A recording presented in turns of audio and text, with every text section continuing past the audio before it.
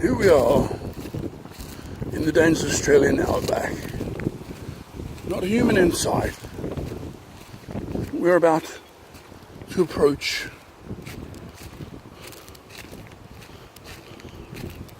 the den of iniquity, which is guarded. If we can just see them here.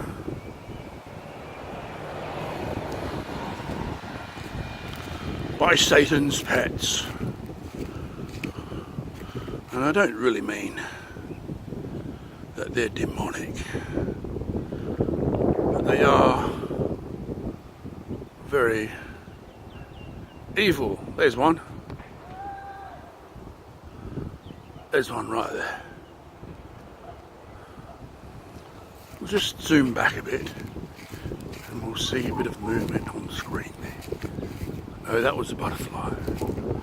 There's one. There's one now. You might not be able to hear my voice. You might not be able to hear my voice, but you will see them as they walk out into the middle of the oval there. We're not really that isolated. There's some houses over there. But there's one. The kids call them plovers. I don't know why. There's the other. They will be a pair of annoying bastard idiot cunts until the day they die.